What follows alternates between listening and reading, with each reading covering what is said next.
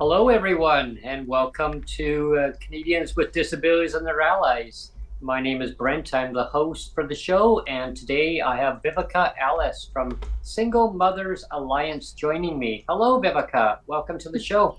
Hello, Brent. It's lovely to be here. I have to apologize again because it just changed the window size again. Bear with me, Rowan.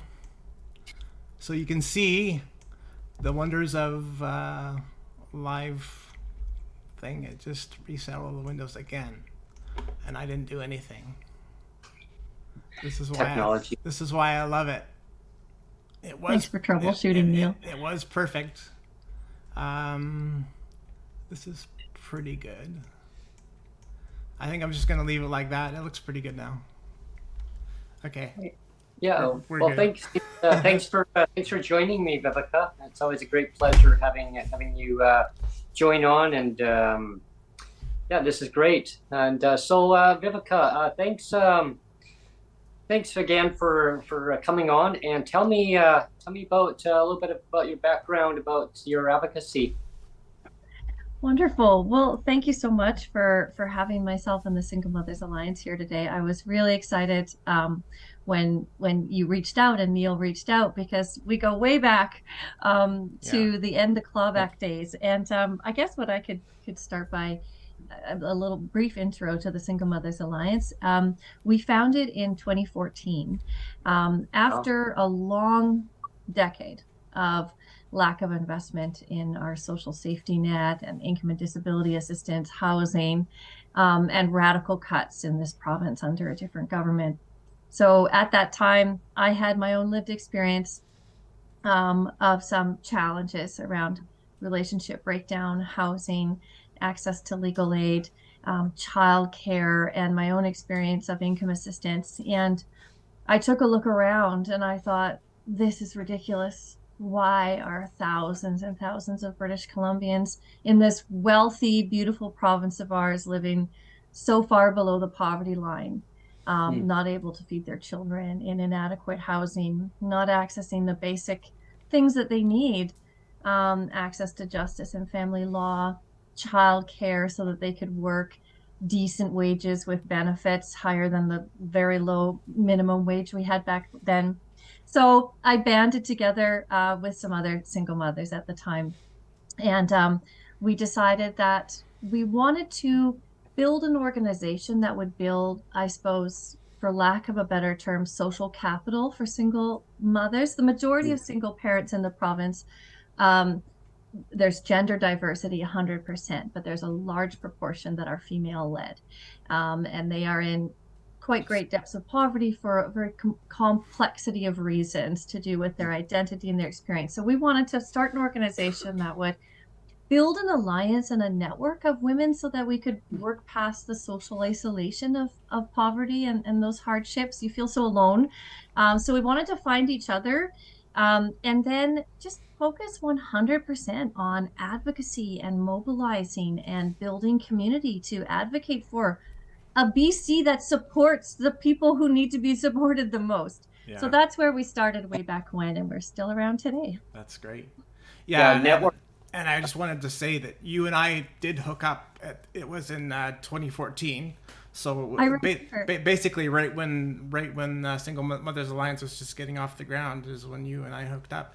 And I was really excited to partner with you guys because I'm very, very passionate about the clawbacks and how it was affecting me. And when you and I talked on the phone last week or whenever it was, one of the things I told you is I have a real affinity for, like, there's some of the best grassroots advocacy is from pissed off mothers, and I say that with all sincerity, because I can say that because, like, my own mother was like that too, right? Because when you have a son or daughter with a disability, especially like I'm almost 55 now, and so 55 years ago or thereabouts, I mean, there was just so much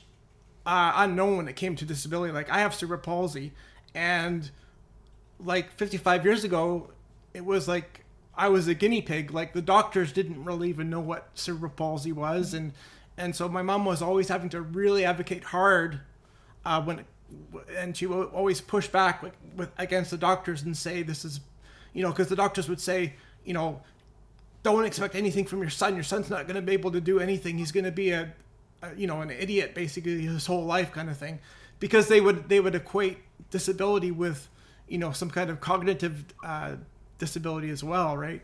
And so my mom would always be pushing back all the time, and it helped that she was a nurse. Like, she was a nurse her whole life, and so she was very confident with pushing back on the doctors all the time and saying, this is bull. I don't believe what you're telling me. And so that's what I mean about, it takes some pissed off mothers sometimes to really get some action. And so I that's why I really appreciated hooking up with you guys, like I said, back in 2014. I recall that very well, Neil.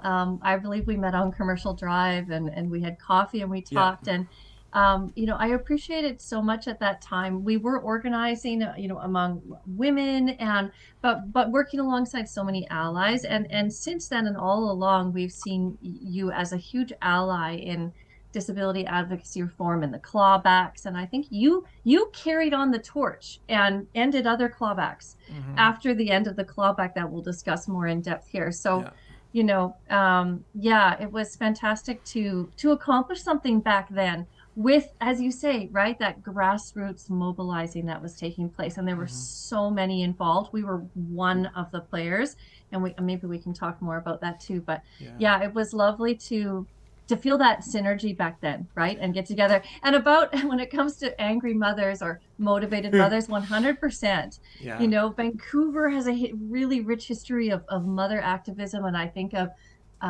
it's really exciting to tap into the energy and the fierceness that can come with mother and parenting care. Well, it really was, going back 8 or 9 years, that really was a watershed moment when you won, you actually won against the provincial government.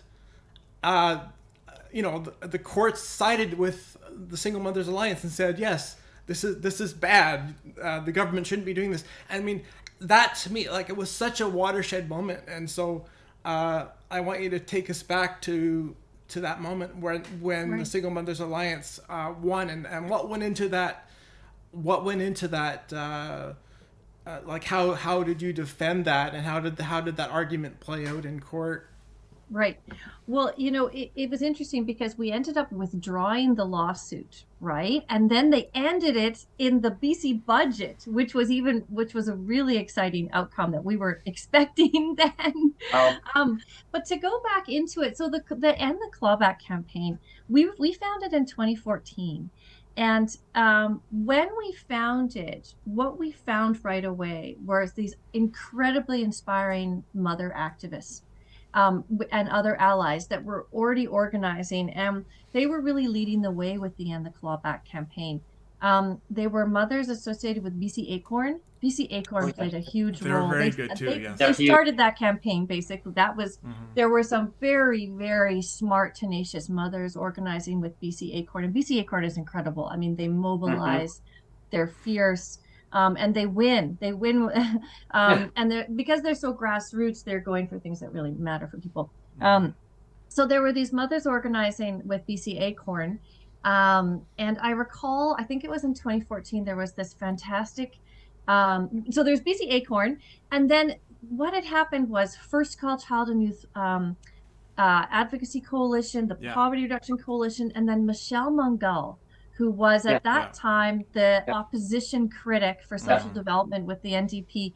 Michelle Mungall and this sort of ad hoc coalition of grassroots activists, established organizations, coalition, lots of other organizations at the table. And I don't want to forget to name anybody. There were so many. I worked with First Call as well. I was part of their campaign for, I think, 2 years that they ran with my story. I remember that. Yeah. I knew Michelle Mungall really well, actually. Yeah. I did a lot of advocacy with her, too. But this is amazing. This is where we can start, being a little bit truthful. And this is where I kind of get upset, though, is because let's remember back before the NDP took government, in the lead up to 2017 election, there was so many MLAs, Michelle Mungall being one of them, and even Premier Horgan, I had Harry Baines, who was the MLA in my area, Newton here, and I went and spoke with him. Like, I was actually right across his desk, like we were literally inches apart, and he said, "Oh yeah, for sure, we're gonna end all clawbacks. It's for sure gonna be that's gonna be our number one thing." And everybody was saying it. Everybody. It wasn't just one MLA. It was Michelle Mungall. It was Harry Baines. It was John Horgan. Like, everybody across the board. That was one of their big platforms, and they were like pumping it. Like, they were really pumping it hard on the disability community. We're gonna do this. We're gonna erase the clawbacks. And then what happened? They didn't do it. They all kept saying, "Don't worry, we have your back," right? And that's one of the things they love to say. We have your back. We have your back. And yet then they take the knife and they stab you in the back with it. And they, that's what. And so that's what I want to talk about now is, like, every month, like, it's a new thing for me every month, where every time they're still taking away almost, it's like $480 or $500 a month. They're still clawing back. They respected my son's portion. Like, we can go back again and talk about, when you guys won against your clawbacks, they weren't originally going to do anything for survivors' pensions, and so then I got the help of Sam Sullivan, who was the Liberal MLA at the time, and he really pushed hard. He got a huge target on his back for taking my, like, there were so many people in his own party that were gunning for him. Like, I really appreciate, like, you really get to appreciate the amount of mechanizations that's going on behind the scenes. And he took a lot of slings and arrows for me, a lot of slings and arrows. And like I said, originally they weren't going to do it. And I said, and then I pointed back to Single Mothers Alliance. I said, well, wait a minute. The court just decided that this was a bad thing, and you're going to say that it doesn't count for survivors' pensions and things like that. And finally they said, oh, well, I guess so. But it was only because Sam Sullivan pushed, and it was me pushing. And he actually told me, like, point blank, he said, if I don't get back to you within 3 days, like, he would always really text me all the time. And he'd be saying, if I don't get back to you in 3 days, like, bug me again. And so I would take him on his word, and I would keep bugging him, and I would say, how's it going? And he would be really forthright and honest with me and say, I'm not hearing anything from up above. And, like, he would just say they're really getting quiet.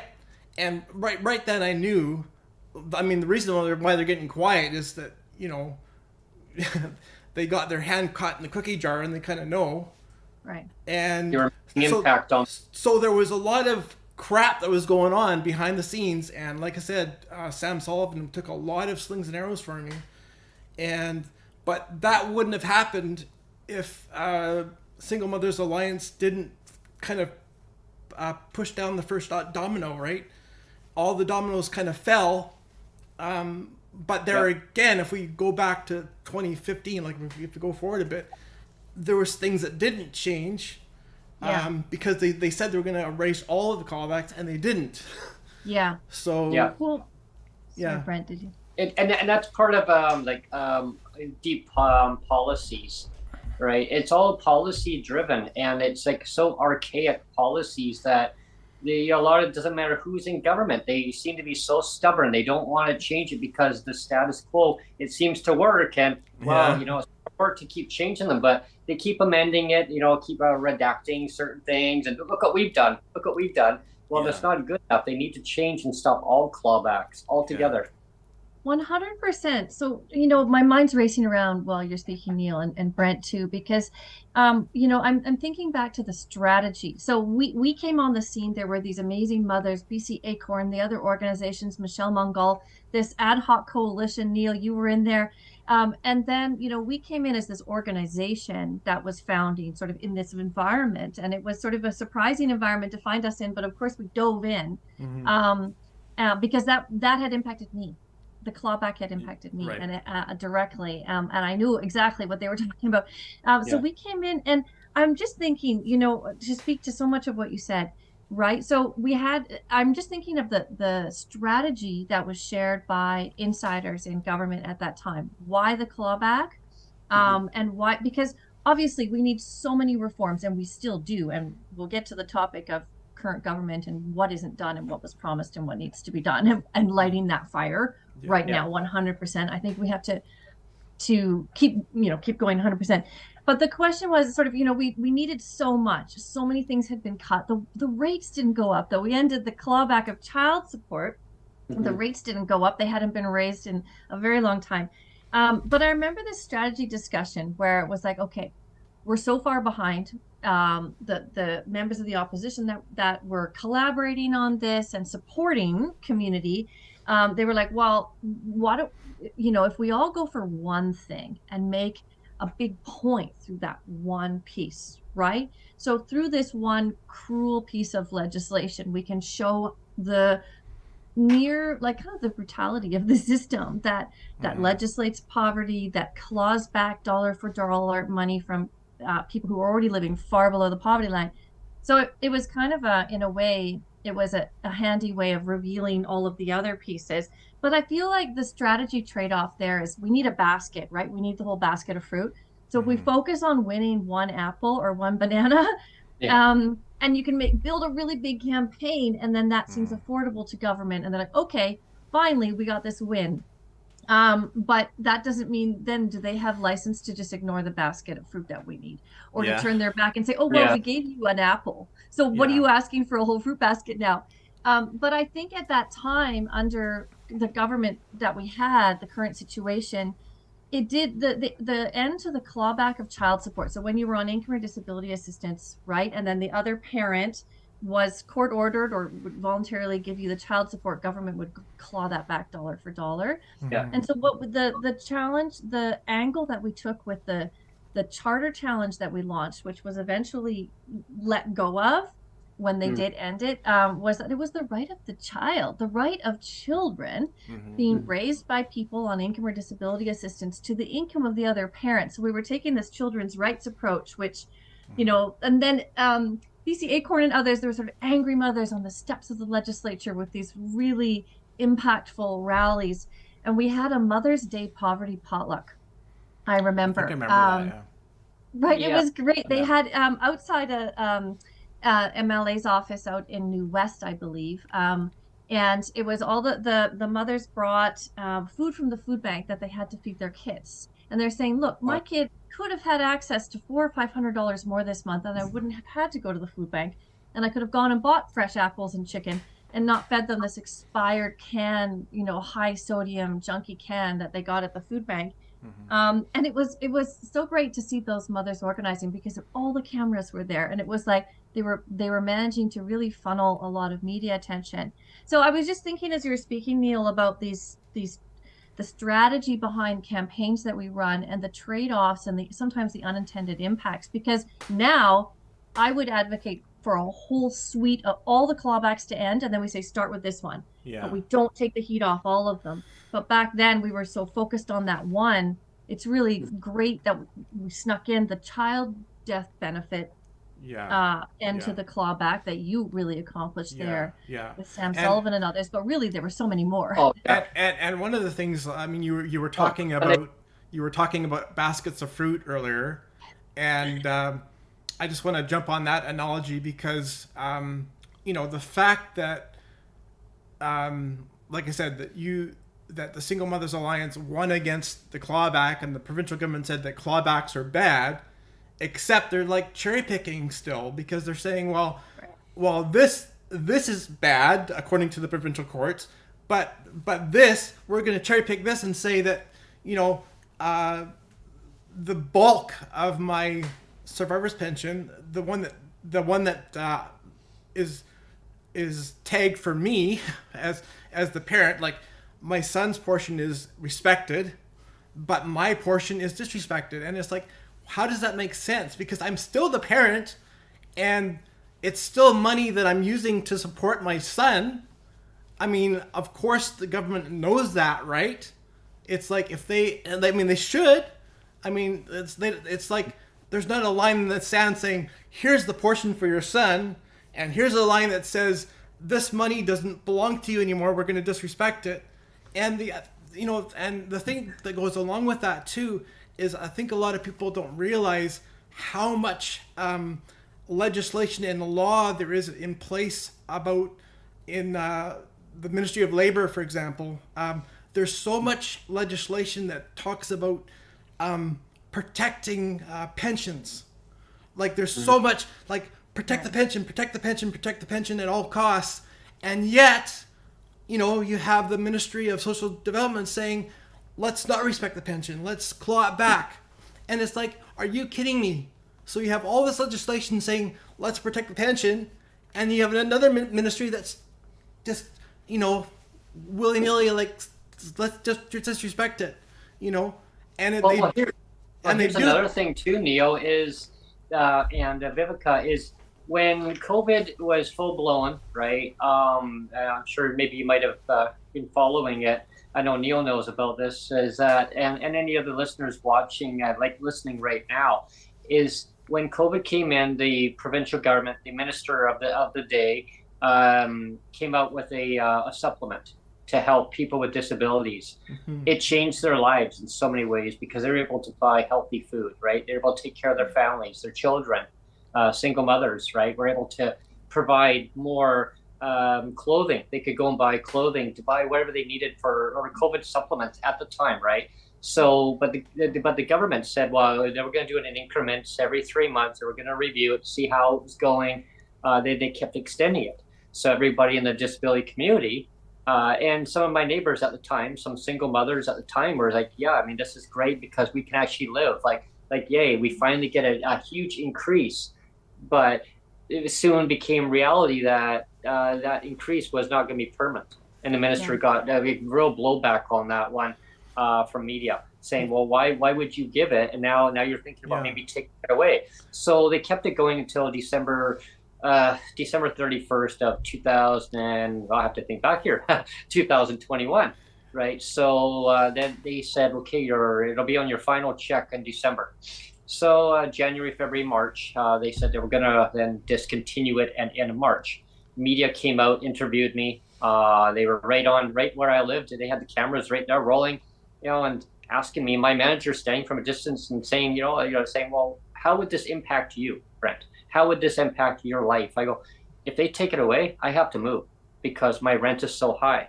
I'm paying high market rent. So I'm going to have to sacrifice and move to somewhere else. I don't know where that would be. So, and you did move. Yeah. So what they did was the government, instead of the 300, they gave back 175 of it. Yeah. So, and that was back then. And here's the amazing part. BC Poverty Reduction put out a report on January 28th, 2021. Now, that report wasn't released until then. So this tells me that the government already knew way back what their plans were. But they basically released this report out on January 28th of 2021. And so in end of March came, they said, okay, we're going to get back to 175 of the 300. Well, people started saying, well, why are they only giving back 175? The media even asked me, why would they only give back 175 of the 300? I go, I don't know. So fast forward to this budget of February 28th of 2023, magically that 125 came into place. 125 plus the 175, 300. Well, there you go. We gave back the money. But they made it sound like it was a splashy announcement. Look what we're doing for the disabled community. However, that 125 that they're going to be giving back in July 19th of this year, so you got to wait 4 more months before you get that increase. It only went to the shelter portion, which has been frozen for 15 years, 11 months. 15 years, 11 months. I mean, wow. For everyone watching, let that sink in for a minute. 15 years, 11 months. You can't rent anywhere for market rent from that. So what the government did was they put that money to the shelter portion. So unfortunately, the ones who live in subsidized housing, they don't benefit from it at all. Yeah. Now, so it's cherry picking, saying, well, here, you live in market, you get this. You live in subsidized, you don't get that. And now people are outraged. I get it. Like, that's not fair. It's dividing disabled against disabled. And again, so it's a clawback. It's a clawback, but then we're going to give with one hand, back with the other one. They got to stop that. And it affects people's life. And let's pause there for a moment, because you said something, Brent, without realizing what you said a little bit. One of the things I was going to say first, though, is there was also that from the federal government paid out $600 to some people with disabilities, remember? Right. Yeah, that's right. And so right there you had, the federal government came out with the $2,000 CERB for everybody, right?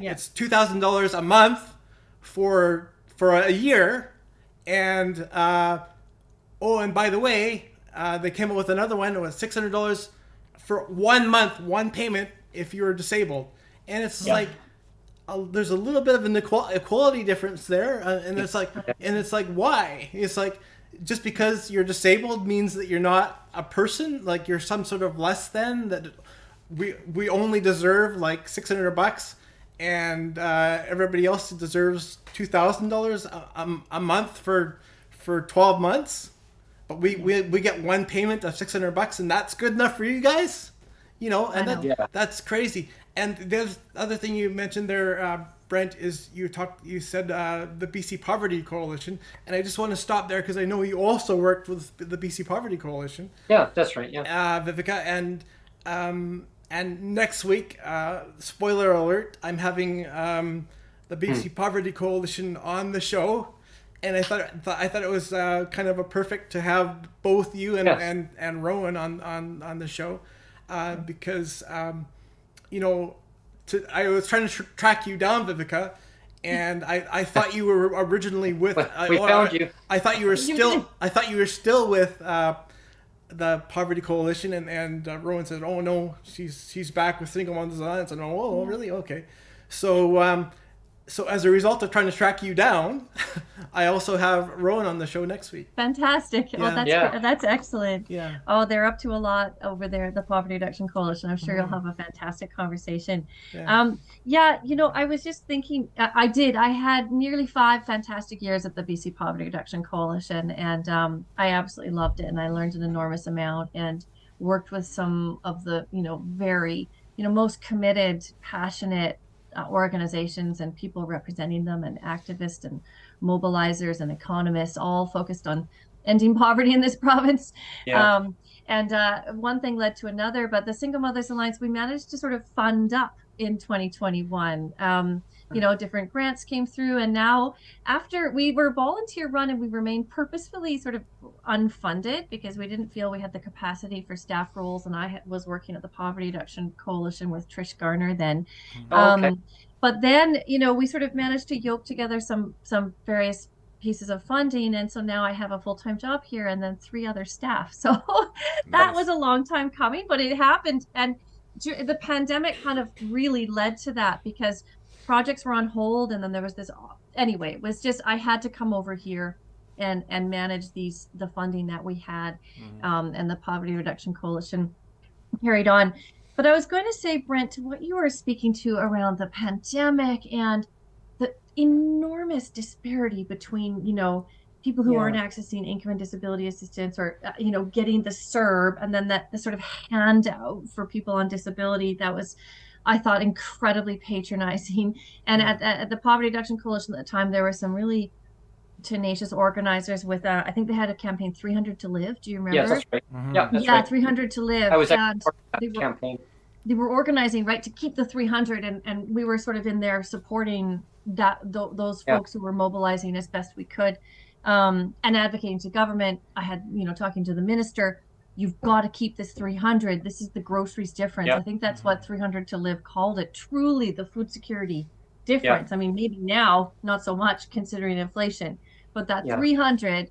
And then, so I just feel all of this speaks to the fact that we have so much more work to do around destigmatizing those who access fixed incomes that they're 1000% entitled to. And how it seems that whether it's the previous government or this government, there's this fear that it's going to alienate voters if they spend more money on our welfare and disability support systems. And that's 100% not the case.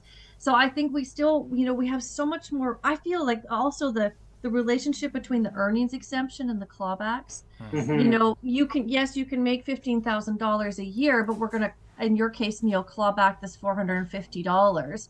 Meanwhile, working is a very complex thing for many, many, many people with physical or invisible disability. So I feel there's that stigma. Oh, you could have more money if you work, and if you can't, well, then we're going to still. This is what you get.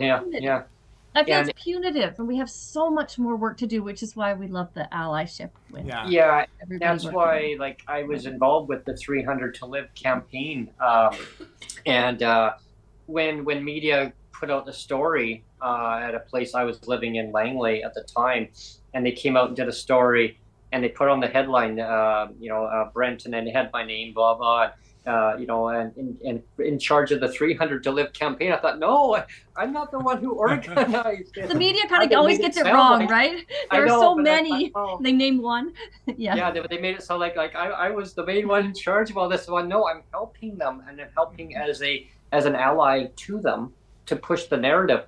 But what was good is that they took the lived experience that I said, like, what would happen. And they said, okay, well, I said, and I was looking at a brand new place that was getting built at the time. Like, I was living in an old place that was it was mold and mildew. Like, it was not a good environment. So I thought, yay, I get to move to a new place because I got this $300. I can afford the rent. And it was devastating, and I had to give it up. And then I moved to Victoria for a cheaper place. And at the time, that's not where I wanted to go, but it was available at the time. I thought, yay, I've got more money to live, but it's not where I wanted to be. So, so again, with governments making these decisions that really, like, the rates were so suppressed for so many decades, and then to take it away and then go, well, there you go. Oh, you want more? Okay, well, we're going to raise Viveca, you mentioned the earnings exemption. Well, there you go. Yeah, you want it? Okay, well, then go get it, right? It's like, no, it doesn't work that way. I wanted to go back to your comments on stigma, because on previous shows we've talked about it, because I don't know if you recall, Viveca, but actually the new Minister of Social Development for BC here, actually in her speech, she said the word stigma almost in the same sentence about 6 times when she was talking about the drug supply issue, or the poison drug supply, and she says we must remove the stigma of the poison drug supply. Stigma this, stigma that, stigma this, and yet there's no mention of stigma when they're talking about people with disabilities. It's like, and maybe this is gonna sound like a bit of a reach, but I don't know if you remember. Well, I mean, it's still an issue now, but especially at the beginning of the pandemic, there was a lot of racial hatred and a lot of discrimination with racial hatred, right? And actually, Sophie Louis, she's one of the reporters on Global, I think it is, Sophie Louis, and she was on Twitter, and she said with all this social hate, or with all this hatred going on with the pandemic, she said, I feel othered. And she was actually interviewed and talking about being othered, right? And she used the term othered, right? And when she said that, and again, I know it's talking about racial hatred, and you can say maybe this disability discrimination is not quite the same thing. And I don't want to minimize the racial part at all, but I'm just saying, when she said othered, that struck a chord to me, because it's like, that is what it's like to be on disability assistance, because you're automatically othered all the time. Like the whole system of income assistance is set up to be punishing and othering, and the whole thing is systemically just broken. It's just systemically broken, and we're all othered. We're all othered automatically. It's just like, you know what, you deserve this, you're othered. And anyone can become disabled at any time of their life. They can be born with a disability. And as they get older, they're going to develop more disabilities, and nobody should be treated differently because of their disability. They should not be discriminated or racialized. Classified as disabled. Like, the problem is that the disability programs across Canada, and BC and across Canada, they're all blended into legislated poverty, into some people call it welfare, some people call it income assistance, right? It's all blended into that same narrative, and it shouldn't be, right? Yeah. It should not be. It should be a separate division. And it's a lot of people that if they have some kind of employment to declare, it says right there, have you been incarcerated, into prison? Like, really? Yeah. That's one of the first questions they ask. Is like, yeah, that's terrible. When's your most recent time in jail? When's your most recent arrest? Because that should be the top of mind questions for all people with disabilities, right? It's like, when were you last arrested? When were you last in jail? And this makes me think back around to your comments, Brent, about the 2023 budget and what we saw for the housing portion, and no raise. We criticized that in our press release, 100% front and center. No raise to the living allowance, which, with the cost of living going up, with groceries being what they are, and that we're not going to stand in the streets clapping for that raise to the housing portion, when that is, they could have done that in 2017, 2018, 2019, right? We've had many years of government that has been promising, as you say, right? So we're going to say, yes, of course, this is necessary, but it's so little, so late. And I guess I was thinking that, when we think about the system you referred to, Neil, right, and how it is built now, and I'd love to hear both of your thoughts on the Canada Disability Benefit and an entirely new system that just eradicates this punitive, fill out the forms, tick the boxes system where, you can earn, but you can't keep this. It's so complicated. It's ridiculous. It's stigmatizing. About nearly 40% of the Single Mothers Alliance members live on disability. So I work directly and such diversity in that group. Mental health, a lot of PTSD from all forms of violence against women and domestic abuse, and sexualized violence, childhood sexual abuse, mental health disabilities, and all of the above. So I do hear and talk to a diversity of people, and it's almost like, as an organization, how much energy are we going to put into changing this one little corner of this system now? We fought the end of the clawback that put money back in single parents' pockets. The reason that one was so loved, right, because we still hear from mothers and others who say, oh my gosh, I could keep $2,000 in a lump sum, and then I got a car, and then I got a job in the neighboring town because and now I'm not on income assistance anymore. That was a different situation. That was a mom on income assistance temporarily. But these things, so they were worth fighting for. But now, this whole scale renewal that we need, this bigger vision for switching out of this having a system that I feel violates the rights of people with disabilities every day, but in many, many, many ways, particularly through the legislated poverty. So I'd love to hear your thoughts on how we can move past this whole system and how our allyship works towards this bigger, better vision, as opposed to, putting so much energy into this little change and that little change and still having this. Neil, did you want me to go first on that? I'll just give you a quick summary. You can speak first on that. Yeah. Okay, so right now, as of today, I was actually just looking onto Twitter here. So those are wondering how many days it's been. It's actually been, there we are, 903 days so far since the federal government announced the Canada Disability Benefit. 903 days.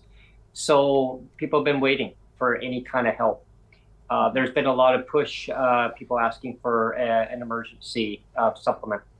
Now, we call it DIRB, right? It was like CERB, right? But it's DIRB because it's for disability. And nothing. Like the finance minister said no. Like she was asked straight out, are you going to help? No. So no, like no, sorry, we're not helping the disabled. Like you can, in other words, what's the saying? You can eat cake. Some people say eat cake, right? Well, I mean, people are suffering, right? They're suffering on rates that are well below 50. The stats used to say 40, 50%. I say because of inflation, cost of living, 60%, 70% below the poverty line. And I don't like to always put a number on it, like they'd say how many people are in subsidized housing, so I don't even go there on that because the number is just way off. So with just to kind of give an overview about the Canada Disability Benefit, it's an empty bill. I talk about this a lot on my podcast, and so Neil will probably start laughing, and other ones. Pot of spaghetti.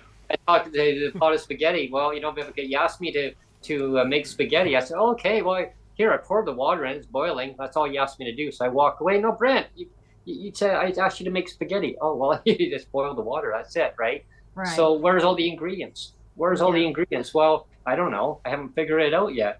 Well, why not? You've had 903 days to figure it out. Actually, technically, they've had since 2015 to figure it out. The federal government's been in power. So, they called an election. That bill, it was actually a bill that was actually supposed to go through. It got announced, and then they called an election. That bill died. So then they relaunched the bill, the same bill, but empty. And now we're a bit, so now it's still sitting there. The consultations with premiers across the country, the federal minister, supposedly all these conversations, but nothing's been done. So now the question is, who's it going to go to? How much is it going to be? Is it going to have clawbacks? Well, some of these amendments have been put in place, which is great. And I applaud the MPs and a lot of the people in the committee who have pushed really hard to make it happen. They've accomplished that. And I've had other guests on who are involved with that process. And so I applaud them for all the hard advocacy that they've done. They're trying to make it better. However, there's no time frame of getting this out. Like they want to study it. It's now going through Senate, which is great. It made its way to Senate. Still, it's now in the second reading, and now it has to go back to committee again. Then it goes back to the third reading, and then the royal assent. Well, if they call an election, if they call a federal election before it reaches royal assent, oh boy, that's so I think what they want to do is push it through. But wait a minute, they push it through this empty bill. They call an election. Well, then what? Yeah. So the fact is, people are in limbo, right? In my view, as an overview of this, it's going to take a long time to get that money out to people. Right. Now, what my worry is, I've just been doing a lot of research on it lately, is I'm worried that they're going to go with an old stats, a LICO formula of $19,000 per year. Now, the actual LICO formula for 2021 is $26,400. So that's the poverty, they call it the poverty line. It sounds like they might go with 19,000. Now that's way back dated in, I think 2017, 18-ish around. If they go with that, that'll be kind of geared toward the OAS and GIS for seniors. Now, that's not going to lift people out of poverty. That's going to keep them suppressed down, but they're going to tie it to inflation. Well, really? Well, why not just go with the current one? Yeah. Tie inflation. You know what I mean? I think basic income. Now, that's a whole ball game in itself. That's down the road. However, they could put some kind of form of basic income in the meantime, where it's going to go automatically everybody. They don't have to apply, or am I eligible? Is it going to go to people over 65? Because they still got disabilities. And how the talk is right now is that if they get this bill going, it's not including anyone over 65. Like you just magically, it just disappears, right? So, yeah, I'll get Neil's take on your view on that too, Neil. Like, what have you been hearing, or what's your view on it? And then we'll go back to it. I know we're right up against your clock there, Viv, because I'll be really quick. But one of the things I wanted to say is, when it comes to this whole Canada's disability benefit, one of the things that I'm really watching carefully is I really wonder how all the provincial governments are going to play nice with the federal government. Like, how is that going to coalesce? How are they going to, because the provincial government's not just going to walk away and say, you know what, it's fine, we'll turn over all our social assistance stuff to you guys, and it's fine. Yeah. They're not going to do that. So the provincial governments and the federal government have to do this, and somehow they have to play nice together. And I don't know how that's going to work. I really don't know how that's going to work. And my final comment, and then I'm going to turn over for you for final comments, is this. When I was talking to you on the phone last week or whatever, I was telling you that when it comes to disability advocacy, it's kind of like we're fighting an 800-pound gorilla, or actually several 800-pound gorillas, and we're all fighting against each other rather than being united. And like I look at the Single Mothers Alliance, and you were able to unite under one cause, one thing, and that's the difference between your organization. You're able to like unite and be together, whereas in the disability community, everybody's so fragmented because everybody's so poor and pissed off.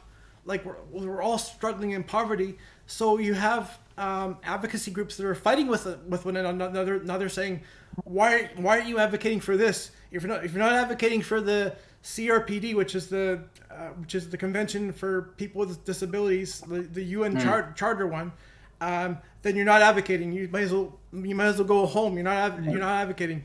Or let's say if you're not advocating for the Canada Disability Benefit, you might go home. You're not advocating. If you're not advocating for this, don't go home. You're not advocating. And so we all have targets on our backs. Like if you don't advocate in a certain way, you have other advocates out there that are deliberately trying to undermine others and take you down and say you're useless. Go away. Stop talking. You don't agree with what I align with. And it's because we're all fragmented. We're all pissed off. We're all in poverty.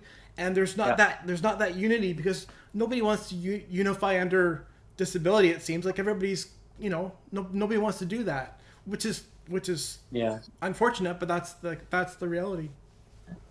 I think, that makes me think about this is an organizing challenge. And I can't speak to what you're referring to, Neil, within the disability movement particularly, but I'll speak from my own organizing context, which includes many who are living on disability, which is, I think, and being also involved in working for the BC Poverty Reduction Coalition, where it's always, there's this risk, right, of this divide and conquer winning, that those who don't believe in the social spending that we want, who aren't on the side of the human rights vision that we have, this sort of, okay, well, we're going to give this little bit to this one equity-seeking group, but this equity-seeking group gets nothing. And then what happens, I feel, and we used to talk about this all the time, is different equity-seeking groups are then pitted against each other, right? And then it's war and this sort of divide and conquer. So I feel like as an organizer, a community organizer, our role is to always, develop our skills and our best practice. It's so hard. It's so hard to get on the same page, and people might jump off and say, no, I'm not on that page and I'm not going to organize on that page. And that's sometimes okay. But I feel that just when you were speaking, Neil, I was feeling motivated. I'm like, yeah, I know. But then we have to mobilize. We still have to always work on that mobilizing and coming together in the allyship too. But I was thinking ultimately, what you were saying, Brent, like the Canada Disability Benefit and the long trajectory there, which is extremely frustrating and ridiculous. But in the meantime, so I was thinking, obviously working towards pushing for that bigger vision, that better system. But in the meantime, let's end more clawbacks in British Columbia, because people are right now, today, living on these incomes, really punished by these unnecessary clawbacks. I think the one you're talking about is winnable. I feel like, let's go. Let's go. It should be winnable. Yeah. It should be winnable. Yeah. Let's go again. Yeah. Let's do it again. What we did in 2014. Let's do it again. And some more of these things now. It's like all these high market rents. It's like $500. Well, the landlords look at that and they go, what the heck? And I even talked to my landlord, and and I live in a REIT. Like I pay market rent, right? And so, I asked on a personal level. I said, like, 125. She goes, yeah, you don't get that until July. So I went to the ministry's office, and because I'm on disability just like Neil, and so many hundreds of thousands of others. So I asked, and my roommate at the time went there too and asked, well, when are you going to give this money? Are you going to give it sooner? And that's not going to happen. They're not going to do that. They're going to make you wait until July. Yeah. Wait until July. So anyway, I asked my manager, I said, well, that 125, I mean, how are you going to rent at market housing, like even higher? She says, that's going to be impossible. Like, landlords are going to look at it and say, well, we don't want you using support to basically pay high market rent, right? So it's discrimination. And is really, like she said, it's not hard. It's really not difficult to raise the rates right up. Like, it's all a political theater is what it is, really, at the end of the day. But she says, keep advocating for change. Keep, pushing, standing up for what you believe in, your rights. And I thought, wow. We have, the provincial election, October 2024. So we've got a nice runway up until then to get some really key reforms in the platforms of all parties. And I think, count the Single Mothers Alliance in for any and all allyship organizing, campaigning, mobilizing, because I feel that we can't let the flame turn down. We just keep mowing forward, right, and join as allies and conquer all these inequalities. And end the clawbacks. Let's end more. All the clawbacks have to end. Sign me up, Viveca. Let's join forces again and do it. Let's do it. Wonderful. But we've reached the end of our time, so let's wrap up. I want to thank you very much, Viveca, for coming on today. This has been great. Thank you both, Brent and Neil, so much. I feel really inspired and invigorated, and thank you for the opportunity to talk about the history of clawback organizing, and I've learned a lot today. So thank you so much. I've learned a lot today too from you, and advocacy never takes a break. It's full steam ahead, and we will get this conquered for sure. There's so many things to do, and thank you again. Wonderful. Thank you both. Yeah. All right. Take care. Thanks. Thank you. Bye. Bye.